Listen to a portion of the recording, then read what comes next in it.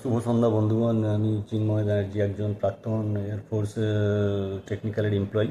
আপাতত এখন ব্যাংকে আছি। তো আগে তো আমাদের পলিটিক্সে এতটা ইনভলভমেন্ট থাকতো না, থাকা উচিতও নয়, কেন কি সেনাবাহিনীতে পলিটিক্স রাজনৈতিক দলের আমাদের নিষেধ। কিন্তু আপাতত যখন অ্যাজ এ সিভিলিয়ান আছি, তো কিছু একটা মানে অ্যানালিসিস বা কি বলতে পারেন, আমি নিজেকে ভোটারের অ্যানালিস্ট বা সেরকম তো বলবো না, তবে কিছু একটু যেটা হয় আর কি, মানে যাকে বলে করার চেষ্টা করেছি। তো আপাতত আমি কিছু কিছু পরিবেক্ষণ করে এনেছি যে আমাদের যে আজকে 31 তারিখ সোনারপুর উত্তরের বিজেপি ক্যান্ডিডেট ঘোষণা করে। তো বিজেপি যে ক্যান্ডিডেট এখানে ঘোষণা করেছেন, উনি প্রাক্তন আইপিএস অফিসার দেবাশিস ধর, সোনারপুর উত্তর থেকে বিজেপিতে কন্টেস্ট করবেন। এবারে আমি বলতে চাই, আমি 2021-এর ফলাফলটা কিছু একটা নেটে মানে মোটামুটি চেক করেছি যে মানে কীরম কন্টেস্টটা হতে পারে। তো সেটা আপনাদের একটু দেখাতে চাই। এইখানে আমি একটা নেটে, যদি হয়তো আপনারা চেক চেক করতে পারছেন, যে 2021-এর যে ছিল রেজাল্টটা, ফিরদৌসী বেগম ইনি এখন সিটিং এমএলএ এখানকার আমাদের সোনারপুর উত্তরের। তো ইনি টিএমসি বাড়ি থেকে, আর আগে যিনি বিজেপিতে মানে সেকেন্ড পজিশনে যিনি ছিলেন তিনি রঞ্জন বৈদ্য, আর থার্ড পজিশনে মোনালিসা সাহা। তো আপাতত যেটা দেখতে পাচ্ছি, এখন এইবার 2026-এর যে ইলেকশানেও টিএমসির যিনি কন্টেস্ট তিনি ইনি আমাদের ফিরদৌসী বেগম ম্যাডাম। আর থার্ড পজিশনে যিনি আছেন সিপিএমের তরফ থেকে মোনালিসা ম্যাডাম, ইনিও কিন্তু সিপিএমের এইবারেরও কন্টেস্টেন্ট। তবে বিজেপি নিজের কন্টেস্টেন্ট চেঞ্জ করেছে, রঞ্জন বৈদ্যর জায়গায় এনাকে দেওয়া হয়েছে দেবাশিস ধর, ইনাকে দেওয়া হয়েছে প্রাক্তন আইপিএস এমপ্লয়ি। এবার আমি দেখাতে চাই এই যে ভোটের ইটা দেখুন একটু, মানে কাইন্ডলি যদি এটাতে একটু মানে লক্ষ্য করবেন। তো ইনি যে ছিলেন, ইনি 1,19,957 ভোট পেয়েছিলেন, আর সেকেন্ড পজিশনে যিনি ছিলেন তিনি 83,800 ভোট পেয়েছেন, আর থার্ড পজিশনে যিনি আছেন তিনি 29,400 ভোট, মানে অ্যাপ্রক্সিমেট এইটা। এছাড়াও বাকি অনেক মানে কংগ্রেস, এছাড়া বিএসপি বা নির্দল অনেক প্রার্থী ছিলেন, যারা বেসিক্যালি হয়তো মানে ওই 1,000 1,500, মানে তারা বেসিক্যালি ভোটটা পায়নি।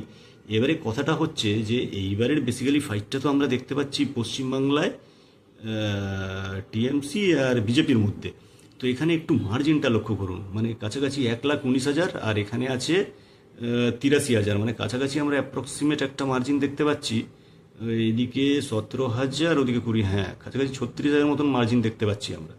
এবারে কথাটা হলো, এই 36,000 মার্জিন কিন্তু অনেক হয়, যেখানে কিন্তু ধরুন একটা কনস্টিটুয়েন্সিতে যদি মানে কাছাকাছি 2 লক্ষ 2.5 লক্ষর মতন ক্যান্ডিডেট থাকে, সেখানে কিন্তু এতটা, যদিও বা এখানে কিন্তু আগেরবার কাছাকাছি 83-84% পোল হয়েছিল, মানে তারা কিন্তু ভোট দিয়েছে। এবার এখানে একটা ব্যাপার আছে, এই যে সিপিএমের যে 29,000 ভোটটা, এটা কিন্তু অনেক মাস ভোট, মানে এখনও বোঝা যাচ্ছে যে সিপিএমের কিন্তু অনেক ক্যান্ডিডেট আছে। আর এই যে সোনারপুর উত্তর যে কনস্টিটুয়েন্সিটা, এখানে কিন্তু মানে হিন্দুরা হয়তো বহু সংখ্যক হলেও আমাদের মুসলিম ভাই বোনদের সংখ্যাও কিন্তু অনেক বেশি আছে। যার ফলে এই যে টিএমসির প্রার্থী যিনি ফিরদৌসী বেগম, এনার কিন্তু ভোট ব্যাংক কিন্তু বেশ, ভোট ব্যাংক মানে বেশ মানে শক্ত ভোট ব্যাংক এনার। এবারে ব্যাপারটা হচ্ছে যে বিজেপি যদি এনাকে ডিফিট করতে চাইছে, তাহলে এই যে নিজেদের যে ভোট ব্যাংকটা রয়েছে 83,000, এটা তো আছেই। এছাড়া কিছুটা সিপিএমের মার্জিনকেও কিন্তু কম করতে হবে। সিপিএমের মার্জিন যদি কম হয় আর সেই ভোটটা যদি গিয়ে বিজেপিতে ঢোকে, এছাড়া ধরুন টিএমসিতে এমন তো নয় যে এই যে 1,19,000 ভোটটা কি পুরো যাকে বলে মুসলিম ভোটই পেয়েছে, এখানে তো নিশ্চয়ই হিন্দু ভোটও আছে।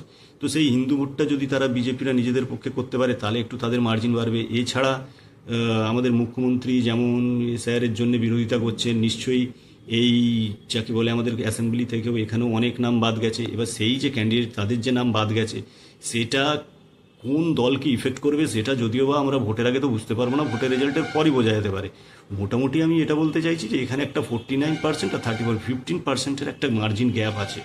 তো বিজেপিকে যদি এটা যেই মানে যাকে বলে কনস্টিটিউয়েন্সি জিততে হয়, এই অ্যাসেম্বলি জিততে হয়, তাহলে কিন্তু মোটামুটি মিনিমাম আমি ধরতে পারি 83,000, মানে কাছাকাছি 1 লাখকে তো পার করতেই হবে।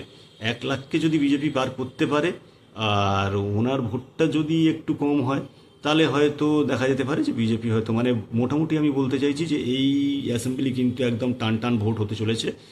তো তো এই যে দেখালাম সোনারপুর উত্তর কনস্টিটুয়েন্সি একদম টান টান ভোট হতে চলেছে। এবারে কিন্তু মার্জিন আমার তো মনে হয় না যে খুব একটা বড়সড় মার্জিনে যদি টিএমসি জেতে তো সে লিড পাবে।